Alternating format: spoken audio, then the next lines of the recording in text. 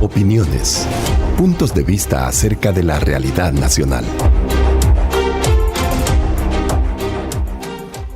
La reelección, el Supremo o el caos. El presidente Bukele y su vicepresidente ahora son también candidatos para ocupar inconstitucionalmente esos puestos un segundo período. Se desempeñarán como tales hasta que aquel no disponga otra cosa. Ambos fungirán simultáneamente como jefes del Poder Ejecutivo y como candidatos, porque los artículos constitucionales ocultos, descubiertos por sus asesores jurídicos, no contemplan esa circunstancia. La Constitución tampoco, dado que excluye claramente la reelección. El desempeño combinado de la dirección del Poder Ejecutivo y la candidatura no es una coincidencia inocua, dado el inmenso poder atribuido al presidente. Es así como estos dos funcionarios ya hacen campaña electoral, uno como presidente y el otro como vicepresidente, sin molestarse en distinguir cuándo actúan en una u otra condición. Los dos comparecieron ante la autoridad electoral como funcionarios y candidatos para inscribir sus respectivas candidaturas. Más como lo primero que como lo segundo, a juzgar por el uso de los recursos públicos en un acto eminentemente partidario. Por tanto, su comparecencia está reñida con sus atribuciones gubernamentales. La campaña electoral de estos funcionarios comienza con una ventaja considerable sobre sus contrincantes, que no disponen ni de lejos de semejantes recursos. Un hecho más que vicia su reelección. En la práctica, las elecciones de 2024 no son más que un trámite para justificar malamente una institucionalidad democrática inexistente. Una vez decididos a reelegirse, a pesar de ser inconstitucional, la decencia aconsejaba renunciar a los cargos antes de inscribirse como candidatos. Pero una mezcla de ambición y desconfianza impide que Bukele abandone el puesto de mando en otras manos.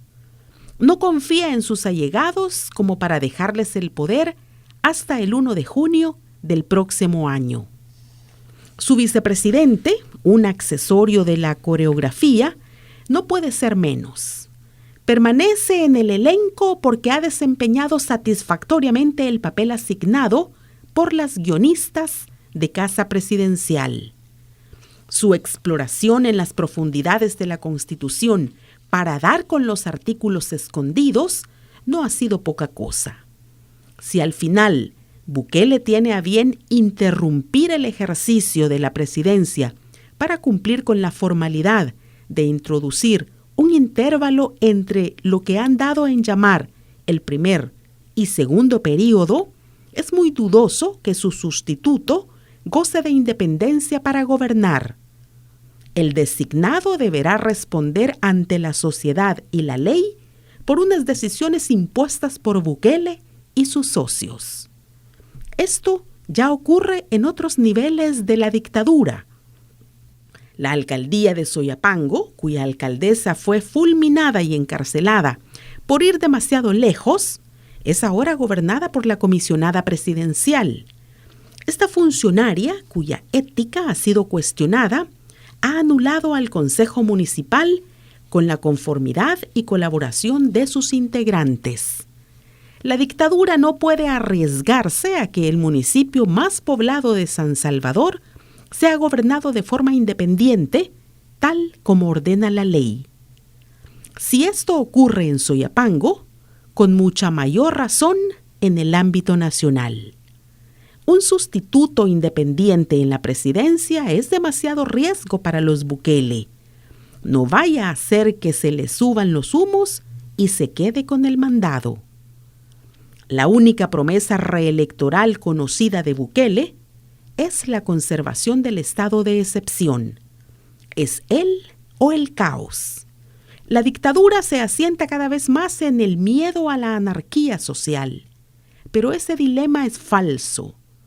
Las pandillas crecieron y se consolidaron porque les permitieron que pasara, incluso el mismo Bukele. No solo las toleraron, sino también pactaron con ellas para mantener las apariencias de una buena gestión gubernamental.